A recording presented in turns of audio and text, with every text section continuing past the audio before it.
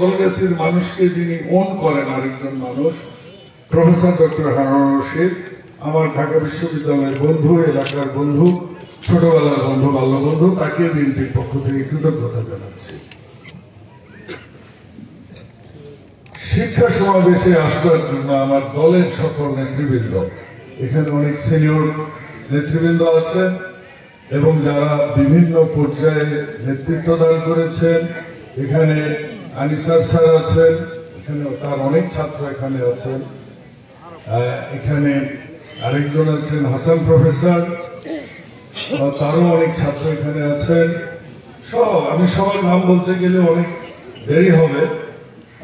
আমি শিক্ষা নিয়ে কথাটা বলতে চাই।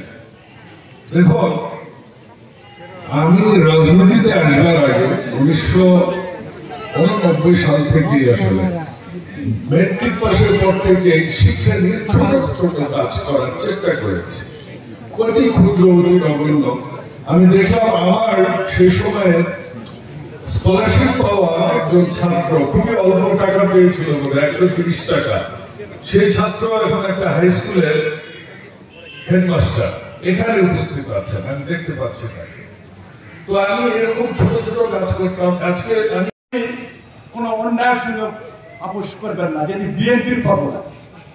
আমরা মনে করি ফজলুল বাবুল সেদিকে এগিয়ে যাবেন। তার যে অদম্য মেধা, তার যে অত্যন্ত ধীশক্তি সম্পূর্ণ মেধা, তার যে সেলফলেস যে interest for the welfare of this population of this area, এটি will be implemented by his leadership, সেটি আমাদের মনে বাসনা।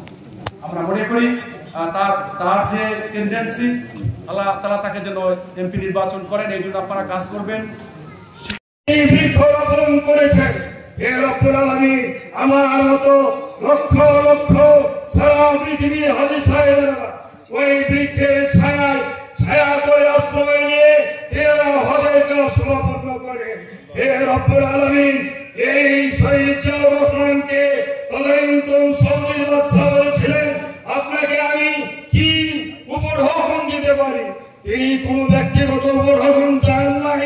বাংলাদেশের কোন মানুষ এই অপমানজনতা গরিব শ্রমিকের জন্য তিনি বলেছিলেন, আমার দেশে গরিব মানুষের জন্য যদি আপনি এই দেশে কর্মের সংস্থান করে যান, তাহলে আমি আপনার প্রতি মহান আল্লাহর প্রতি আমি চিরকৃতজ্ঞ হব। তাই আজকে আমাদের বাংলার জমিনে অপমার জনতার লক্ষ লক্ষ শ্রমিক আজকে যারা আরবি সৌদি আরবে কাজ করতেছেন, এটি সেই শহীদ জিয়াউর রহমানের অবদান। তাই আমরা দোয়া করি আরাফার ময়দানে নাগিরা মসজিদে তিনার জন্য হজ মৌসুমে দোয়া হয়, নাম ধরে ধরে দোয়া হয়। এজন্য সেই ব্যক্তির আদর্শে আজকে এই জাতীয়তাবাদী দলের আজকে নেত্রী বেগম